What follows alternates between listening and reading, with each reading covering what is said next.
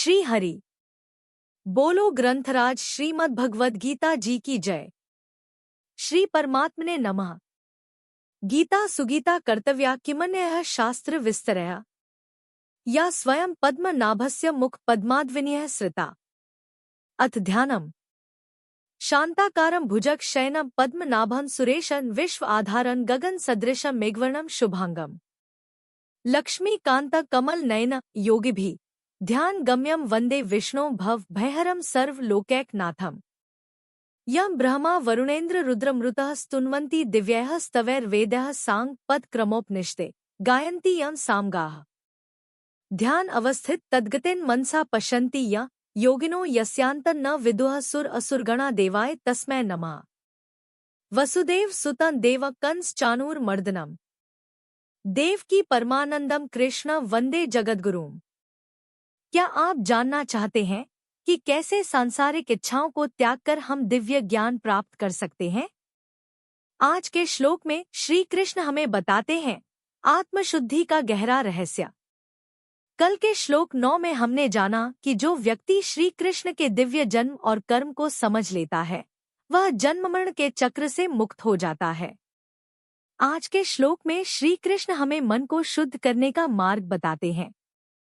आज के श्लोक 10 में श्री कृष्ण कहते हैं वितराग भय क्रोधा मन्मया मामुपाश्रिता बहवो ज्ञानत्सा पूता मद्भाव मागता। इसका अर्थ है राग, भय और क्रोध से मुक्त होकर मुझ में स्थिर होकर बहुत से लोग ज्ञान तपस्या के द्वारा शुद्ध होकर मेरे स्वरूप को प्राप्त कर चुके हैं। इस श्लोक में श्री कृष्ण बताते हैं कि इच्छाओं, भय और क्रोध को त्याग कर ही हम दिव्य ज्ञान को पा सकते हैं। यह आंतरिक शुद्धि का मार्ग है जो हमें अपने वास्तविक स्वरूप के करीब लाता है और जीवन में स्थायी शांति की ओर अग्रसर करता है। भगवद गीता अध्याय 4 श्लोक 10। श्री भगवान के आश्रित होने का फल भगवत प्राप्ति। श्लोक 10। वितराग भय क्रोधा मन्मया मामुपाश्रिता बहवो ज्ञानतपसा पूता मद्भाव मागता। उच्चारण की विधि। वितराग भय क्रोधा मन्मया माम उपाश्रिता बहव ज्ञानतपसा पूता मद्भावम आगता। 10। और हे अर्जुन, पहले भी वितराग भय क्रोधा अर्थात जिनके राग, भय और क्रोध सर्वथा नष्ट हो गए थे, और मन्मया अर्थात जो मुझमें अनन्य प्रेम पूर्वक स्थित रहते थे, ऐसे माम अर्थात मेरे, उपाश्रिता अर्थात आश्रित रहने वाले, बहवः अर्थात बहुत से भक्त, उपर्युक्त, ज्ञानतपसा अर्थात ज्ञानरूप तप से, पूता अर्थात पवित्र होकर, मद्भावम अर्थात मेरे स्वरूप को, आगता अर्थात प्राप्त हो चुके हैं। अर्थ पहले भी जिनके राग, भय और क्रोध सर्वथा नष्ट हो गए थे और जो मुझमें अनन्य प्रेम पूर्वक स्थित रहते थे, ऐसे मेरे आश्रित रहने वाले बहुत से भक्त उपर्युक्त ज्ञानरूप तप से पवित्र होकर मेरे स्वरूप को प्राप्त हो चुके हैं। 10। व्याख्या। वितराग भय क्रोधा परमात्मा से विमुख होने पर नाशवान पदार्थों में राग हो जाता है। राग से फिर प्राप्त में ममता और अप्राप्त की कामना उत्पन्न होती है। राग वाले प्रिय पदार्थों की प्राप्ति होने पर तो लोभ होता है, पर उनकी प्राप्ति में बाधा पहुंचने पर, बाधा पहुंचाने वाले पर क्रोध होता है। यदि बाधा पहुंचाने वाला व्यक्ति अपने से अधिक बलवान हो और उस पर अपना वश न चल सकता हो तथा समय पर वह हमारा अनिष्ट कर देगा ऐसी संभावना हो तो भय होता है। इस प्रकार नाशवान पदार्थों के राग से ही भय, क्रोध, लोभ, ममता, कामना आदि सभी दोषों की उत्पत्ति होती है। राग के मिटने पर ये सभी दोष मिट जाते हैं। पदार्थों को अपना और अपने लिए न मानकर, दूसरों का और दूसरों के लिए मानकर उनकी सेवा करने से राग मिटता है। कारण कि वास्तव में पदार्थ और क्रिया से हमारा संबंध है ही नहीं। अपना कोई प्रयोजन न रहने पर भी भगवान केवल हमारे कल्याण के लिए ही अवतार लेते हैं। कारण कि वे प्राणी मात्र के परम सुहृद हैं और उनकी संपूर्ण क्रियाएं मात्र जीवों के कल्याण के लिए ही होती हैं। इस प्रकार भगवान की परम सुहृदता पर दृढ़ विश्वास होने से भगवान में आकर्षण हो जाता है। भगवान में आकर्षण होने से संसार का आकर्षण, राग, स्वतः मिट जाता है। जैसे बचपन में बालकों का कंकड़ पत्थरों में आकर्षण होता है और उनसे वे खेलते हैं। खेल में वे कंकड़ पत्थरों के लिए लड़ पड़ते हैं। एक कहता है कि यह मेरा है और दूसरा कहता है कि यह मेरा है। इस प्रकार गली में पड़े कंकड़ पत्थरों में ही उन्हें महत्ता दिखती है। परंतु जब वे बड़े हो जाते हैं तब कंकड़ पत्थरों में उनका आकर्षण मिट जाता है और रुपयों में आकर्षण हो जाता है। रुपयों में आकर्षण होने पर उन्हें कंकड़ पत्थरों में अथवा खिलौनों में कोई महत्ता नहीं दिखती। ऐसे ही जब मनुष्य की परमात्मा में लगन लग जाती है तब उसके लिए संसार के रुपए और सब पदार्थ आकर्षक न रहकर फीके पड़ जाते हैं। उसका संसार में आकर्षण या राग मिट जाता है। राग मिटते ही भय और क्रोध दोनों मिट जाते हैं, क्योंकि ये दोनों राग के ही आश्रित रहते हैं। मनमया, भगवान के जन्म और कर्म की दिव्यता को तत्व से जानने से मनुष्यों की भगवान में प्रियता हो जाती है। प्रियता होने से वे भगवान के ही शरण हो जाते हैं और शरण होने से वे स्वयं मनमया अर्थात भगवन्मय हो जाते हैं। सांसारिक भोगों में आकर्षण वाले मनुष्य भोगों की कामनाओं में तन्मय हो जाते हैं। कामात्मानः गीता 2:43। और भगवान में आकर्षण वाले मनुष्य भगवान में तन्मय हो जाते हैं। तन्मया नारद भक्ति सूत्र 70। वे हर समय भगवान में ही तल्लीन रहते हैं। उनके विचारों, आचरणों आदि में भगवान की ही मुख्यता रहती है। प्रेम की अधिकता के कारण वे भगवत स्वरूप बन जाते हैं, मानो उनकी अपनी कोई अलग सत्ता ही न हो। गति स्मित प्रेक्षण भाषणादिषु प्रिया प्रियस्य प्रतिरूढ़मूर्तयः असावहन त्वित्यब्लास्तदात्मिका नैवेदिषुः कृष्ण विहार विभ्रमाः। श्रीमद्भा 0:10-30। 3। अपने प्रियतम श्री कृष्ण की चालढाल, हासविलास और चितवन बोलन आदि में श्री कृष्ण की प्यारी गोपियां उनके समान ही बन गईं। उनके शरीर में भी वही गतिमती, वही भावभंगी उतर आई। वे अपने को सर्वथा भूलकर श्री कृष्ण स्वरूप हो गईं और उन्हीं के लीला विलास का अनुकरण करती हुई मैं श्री कृष्ण ही हूं, इस प्रकार कहने लगीं। मामुपाश्रिता वीतराग भयक्रोधा में संसार से स्वयं का संबंध विच्छेद है और मनमया माम उपाश्रिता में भगवान की तल्लीनता है। किसी न किसी का आश्रय लिए बिना मनुष्य रह ही नहीं सकता। भगवान का अंश जीव भगवान से विमुख होकर दूसरे का आश्रय लेता है तो वह आश्रय टिकता नहीं, प्रत्युत मिटता जाता है।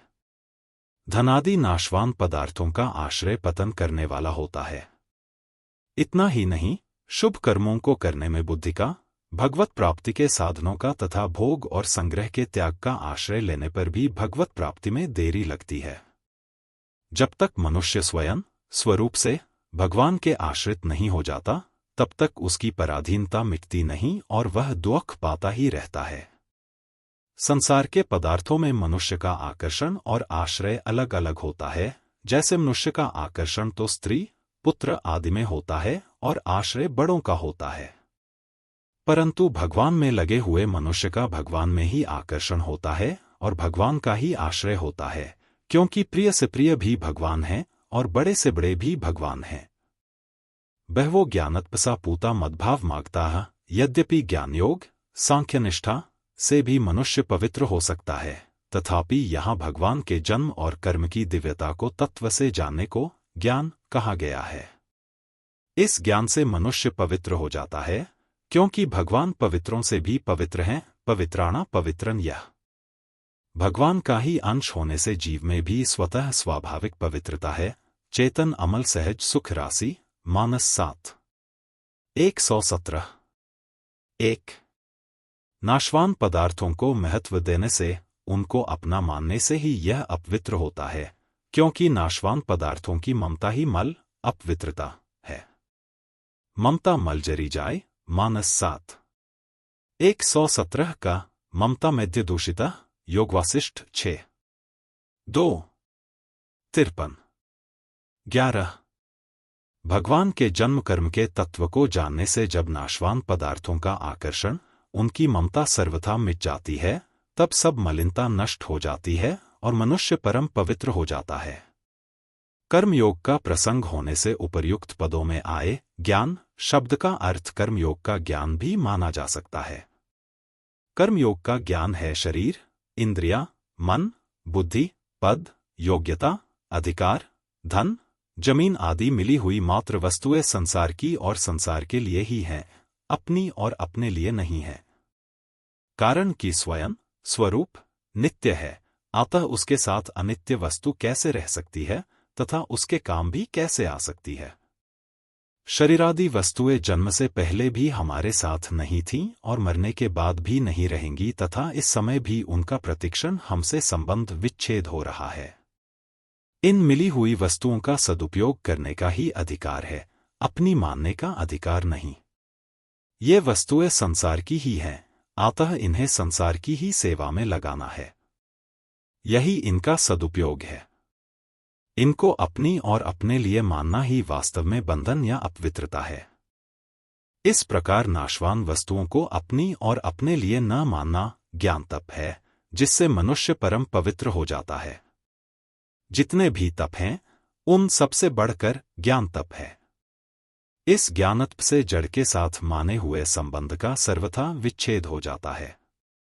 जब तक मनुष्य जड़ के साथ अपना संबंध मानता रहता है, तब तक दूसरी तपस्या से उसकी उतनी पवित्रता नहीं होती, जितनी पवित्रता ज्ञानतप से जड़ का संबंध विच्छेद करने से होती है। इस ज्ञानतप से पवित्र होकर मनुष्य भगवान के भाव, सत्ता को अर्थात सच्चिदानंदघन परमात्म तत्व को प्राप्त हो जाता है। तात्पर्य है कि जैसे भगवान नित्य निरंतर रहते हैं, ऐसे वह भी उनमें नित्य निरंतर रहता है। जैसे भगवान निर्लिप्त निर्विकार रहते हैं, ऐसे वह भी निर्लिप्त निर्विकार रहता है। जैसे भगवान के लिए कुछ भी करना शेष नहीं है, ऐसे ही उसके लिए भी कुछ करना शेष नहीं रहता। ज्ञान मार्ग से भी मनुष्य इसी प्रकार भगवान के भाव को प्राप्त हो जाता है। गीता 14वें अध्याय का 19वां श्लोक। पहले भी बहुत से भक्त ज्ञानतप से पवित्र होकर भगवान को प्राप्त हो चुके हैं। अतः साधकों को वर्तमान में ही ज्ञानतप से पवित्र होकर भगवान को प्राप्त कर लेना चाहिए। भगवान को प्राप्त करने में सभी स्वतंत्र हैं, कोई भी परतंत्र नहीं है। कारण कि मानव शरीर भगवत प्राप्ति के लिए ही मिला है। संबंध जन्म की दिव्यता का वर्णन तो हो गया, अब कर्मों की दिव्यता क्या होती है, इस विषय का आरंभ करते हैं। कल के श्लोक 11 में श्री कृष्ण यह बताएंगे कि वे किस प्रकार प्रत्येक व्यक्ति की भक्ति का प्रत्युत्तर देते हैं और सभी उनके अनुसार ही उनका अनुभव करते हैं। यह चर्चा भी विशेष ज्ञानवर्धक होगी। दोस्तों, अगर आपको आज का वीडियो पसंद आया हो और आपने कुछ नया सीखा हो, तो वीडियो को लाइक और शेयर करना न भूलें। चैनल को सब्सक्राइब करें ताकि आपसे कोई भी महत्वपूर्ण जानकारी मिस न हो। आप अपने सवाल या विचार भी कमेंट बॉक्स में शेयर कर सकते हैं। अब ध्यान दें, आज के वीडियो से आपने क्या सीखा, उसे कमेंट में जरूर लिखें। अगर आपके कमेंट पर 9 लाइक्स मिलते हैं और आप इसे अपने दोस्तों और परिवार के साथ शेयर करते हैं, तो आपको और उन्हें 2 महीने का YouTube प्रीमियम सब्सक्रिप्शन जीतने का मौका मिल सकता है, बिल्कुल मुफ्त। अपनी एंट्री सबमिट करने के लिए नीचे दिए गए QR कोड या लिंक पर जाकर डिटेल शेयर करें। ऑफर की वैधता 31 दिसंबर 2024 तक, इसलिए अभी एंट्री करें और इस बेहतरीन मौके का लाभ उठाएं। https://formsgle/CWMADA7HK6ZDNDY6। कल मिलते हैं नए श्लोक की व्याख्या के साथ। तब तक कीप लर्निंग, कीप ग्रोइंग। बोलो ग्रंथराज श्रीमद् भगवद गीता जी की जय। जय श्री कृष्ण।